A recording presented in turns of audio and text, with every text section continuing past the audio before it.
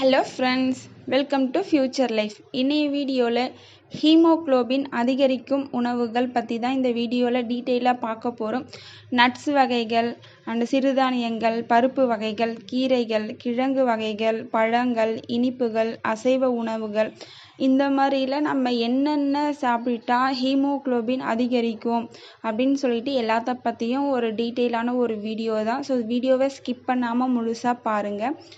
Item nuts ஐட்டத்தில் பார்த்தீங்கன்னா உலர் முந்திரி பழம், பேரீச்சம்பழம், உலர் திராட்சை, உலர் அத்திப்பழம், இதெல்லாம் இரும்பு சத்து ஏராளமாக இருக்குது. உடலில் உள்ள இரத்த சிவப்பணுக்கள் மற்றும் ஹீமோக்ளோபின் அளவை மேம்படுத்த நமக்கு உதவியாகவே இருக்கும்.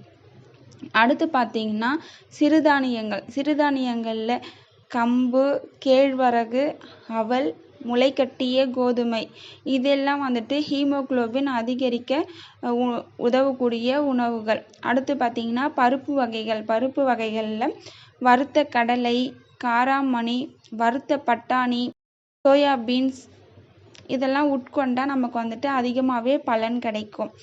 அடுத்து பார்த்தீங்கன்னா கீரைகளில் முருங்கைக்கீரை, மணத்தக்காளி கீரை, முள்ளங்கி கீரை, பசலைக்கீரை, காலிஃப்ளவர், இதெல்லாம் பார்த்திங்கன்னா அதிகமாகவே ஹீமோக்ளோபின் அதிகரிக்கக்கூடிய உணவுகள் இதெல்லாம்.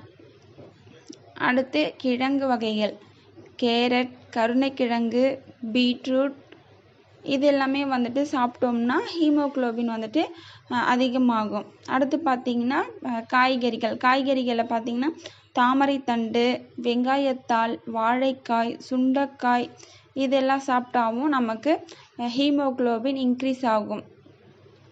அடுத்து பழங்களில் நெல்லிக்காய், பேரீச்சை, கொய்யாப்பழம், கொடுக்காப்புளி, தர்பூசணி, அன்னாசி, மாதுளை, சீத்தாப்பழம், இதெல்லாம் சாப்பிட்டோம்னாலும் ஹீமோக்ளோபின் அதிகமாகும்.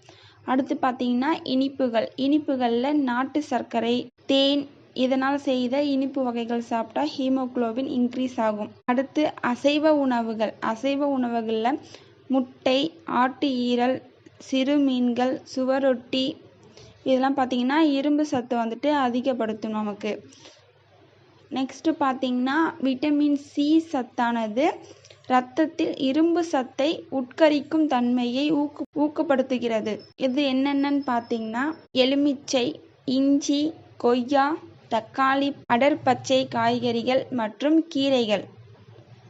அடுத்து பார்த்தீங்கன்னா இரும்பு சத்தை உட்கரிப்பதை தடுக்கும் டீ, புளி, காஃபி ஆகியவற்றை தவிர்க்க வேண்டும். நெக்ஸ்ட்டு பார்த்தீங்கன்னா துரித உணவுகள், ஜெல்லி பொருட்கள், டின்கள் அடைக்கப்பட்ட பதப்படுத்தப்பட்ட மசாலா சேர்த்த அசைவ உணவுகள், குளிர்பானங்கள், பயன்படுத்தப்பட்ட பழ ஜூஸ் ஆகியவற்றை தவிர்க்க வேண்டும். ஸோ இதெல்லாம் தான் சாப்பிட்டா நமக்கு ஹீமோக்ளோபின் அதிகரிக்கக்கூடிய உணவுகள். ஸோ இந்த வீடியோ எல்லாருக்கும் பிடிச்சிருக்கும்னு நினைக்கிறேன். இந்த வீடியோ உங்களுக்கு பிடிச்சிருந்தா நீங்கள் இன்னும் இந்த சேனலை சப்ஸ்கிரைப் பண்ணலாம், மறக்காமல் சப்ஸ்கிரைப் பண்ணி வச்சுக்கோங்க. லைக் பண்ணுங்கள், ஷேர் பண்ணுங்கள். தேங்க்யூ ஃபார் வாட்சிங்.